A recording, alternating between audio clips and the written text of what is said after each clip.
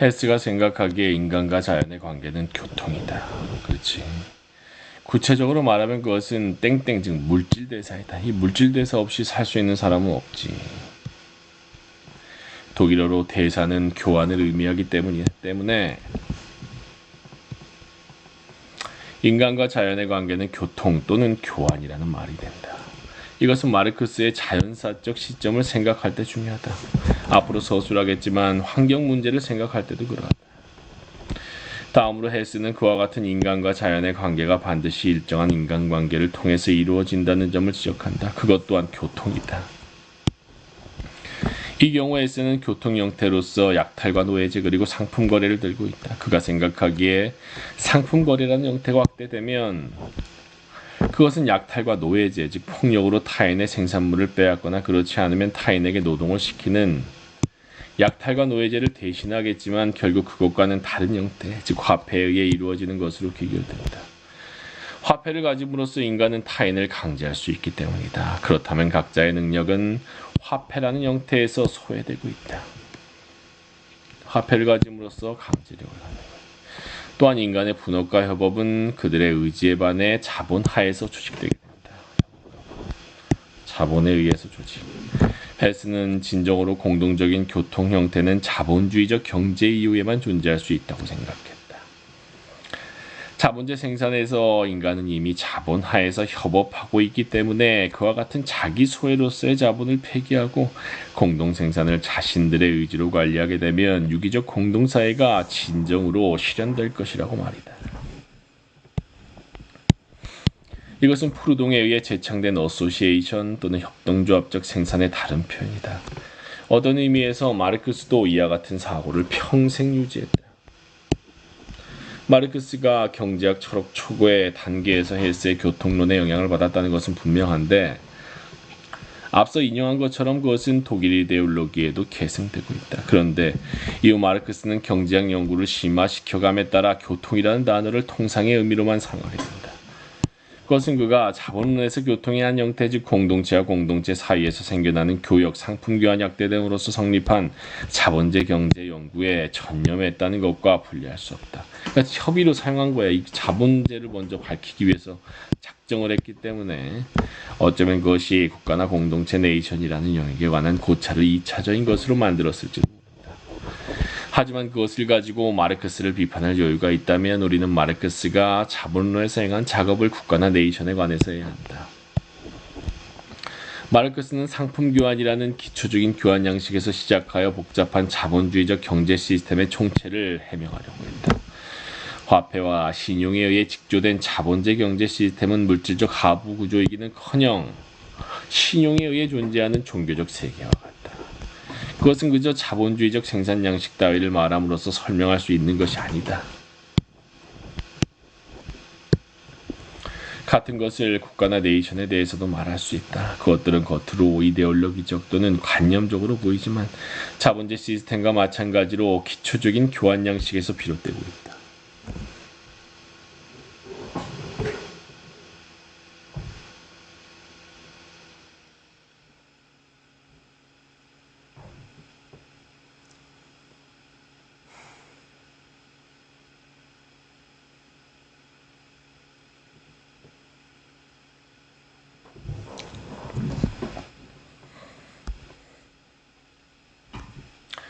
즉 국가는 교환 양식 B, 네이션은 교환 양식 A에서 비롯되고 있다. 그것들은 단순히 이데올로기나 표상 같은 것이 아니다.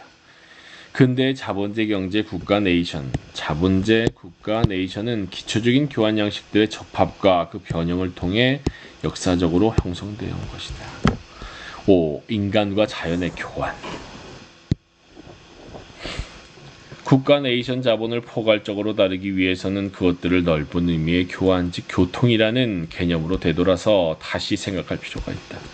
그리고 생산 대신에 교환이라는 개념을 들고 오는 것은 오늘날 특히 중요한 의미를 가진다. 앞서 서술한 것처럼 마르크스가 생산이라는 개념을 고집한 것은 젊은 시기부터 일관되게 인간을 근본적으로 자연과의 관계 속에서 보는 시점을 가지고 있었기 때문이다. 그는 그것을 헬스에게서 배우고 물질 대사로서 바꿔 말해 교환으로서 보았다. 왜 그것이 중요한가? 예를 들어 무언가를 생산하는 것은 어떤 소재를 변형하는 것이지만 그것은 동시에 불필요한 폐기물과 폐열을 생산하는 것이다. 교환으로 봐야 된다. 생산이 아니라 생산할 때조차도 뭔가가 교환되고 있는 거야. 폐기물과 폐열. 그런데 물질 대사라는 관점에서 보면 이와 같은 폐기물은 재처리되어야 한다. 교환되어야 하는 거죠.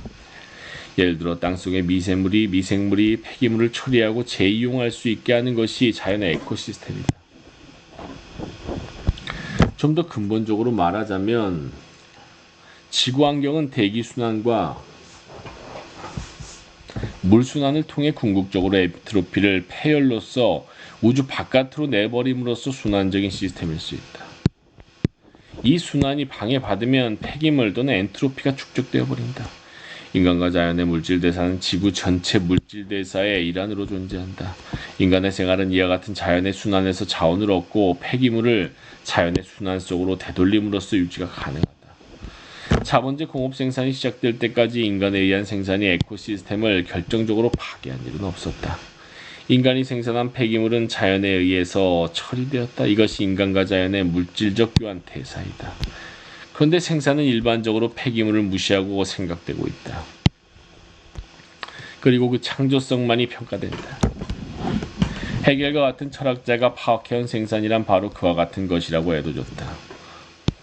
그런데 그와 같은 헤겔의 사고를 관념론이라고 공격한 마르크스주의자도 실은 생산을 유물론적으로 본 적이 없다.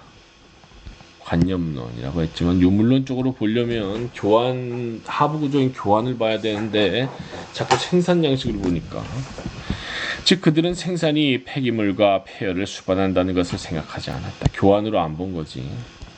그러므로 그들은 생산을 긍정적으로만 파악해왔다. 그리고 나쁜 것은 인간에 의한 인간의 착취 또는 계급지배라고 말한다. 그 결과 일반적으로 마르크스주의자는 생산력이나 과학기술의 진보에 대해 나이브하게 긍정적이었다. 그러므로 생태주의자가 마르크스주의자를 비판한 것은 잘못이 아니다. 하지만 마르크스는 그렇지 않았다. 그는 자본론에서 자본주의적 농업이 인간과 토지 사이의 대사를, 즉 인간이 식료와 의료의 형태로 소비하는 토양 성분의 토지로의 복귀를 따라서 영속적 토지 풍요도의 영구적 자연 조건을 교란한다라고 지적한다. 그는 그 근거를 화학 비료형 농업의 창시자임과 동시에 그것을 비판하면서 순환형 농업을 처음으로 제창한 독일 화학자 리비히로부터 얻었다. 자본주의적 농업의 모든 진보는 노동자로부터 약탈하는 기술의 진보만이 아니라 동시에 토지로부터 약탈하는 기술의 진보이기도 하고 일정 기간 토지의 풍요도를 높이는 모든 진보는 동시에 이 풍요도의 영속한 원천을 파괴하는 진보이다. 예를 들어 북아메리카 합중국처럼 밀국이 그 발전의 배경으로서 대공업을 출발한다면 그런 만큼 이 파괴가 좀 더 급속히 이루어진다. 그러므로 자본주의적 생산은 동시에 모든 부의 원천인 토지와 노동자를 망침으로써만 사회적 생산 과정의 기술과 결합을 발전시킨다. 토지와 노동자를 망침으로써만 영속적 원천을 파괴하는 진보니까.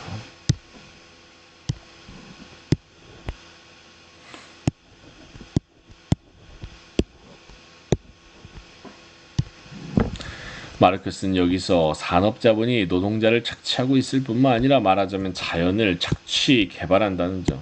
자연의 착취.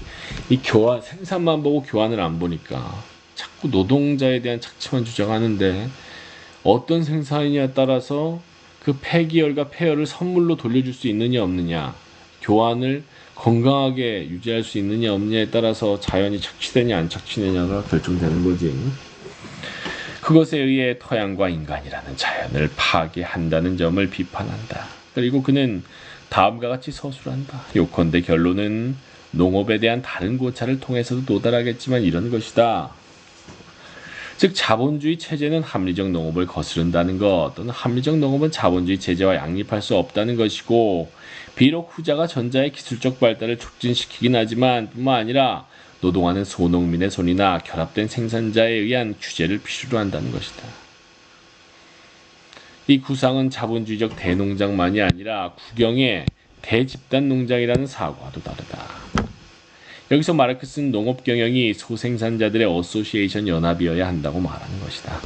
이상과 같은 점에서 볼 때 마르크스의 고타강령 비판의 논점이 명확해질 것이다. 고타강령은 독일 사회주의 노동자당의 결성 때 마르크스파와 라살레파의 합의에 근거하여 채택된 당 강령이다. 이것을 읽은 마르크스는 은밀하게 그러나 통렬히 비판했다. 고타강령. 그 포인트 중 하나는 노동은 모든 부와 모든 문화의 원천이다라는 라살레에 근거한 사고였다. 노동이 아니라 자연이 빠졌다는 거지. 마르크스는 다음과 같이 말한다. 자연 또한 노동과 같은 정도로 사용가치의 원천이다. 그리고 노동은 그 자체가 하나의 자연력, 즉 인간적 노동력의 발현에 지나지 않는다. 인간의 노동을 최고로 삼은 것은 산업주의의 발상이다. 산업자본주의의 발상이다.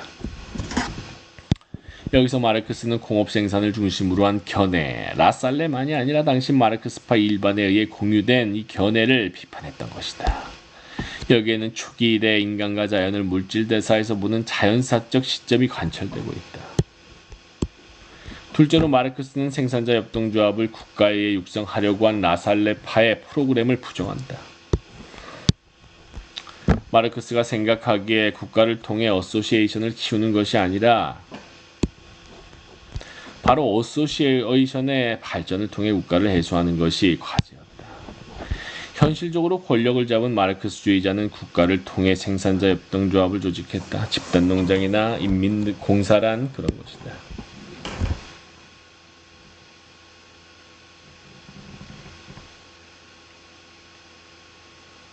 이런 물질대사의 의미가 널리 의식되기 시작한 것은 화석연료, 특히 석유를 사용하게 되면서부터이다. 그것에 의해 물질대사는 이제 농업이나 토지에 한정된 문제가 아니게 되었기 때문이다. 석유는 에너지원일 뿐만 아니라 세제, 비료, 그 밖의 화학제품 원료로서도 사용된다. 따라서 그로부터 생기는 산업 폐기물은 글로벌한 지구적 환경 문제를 가져왔다.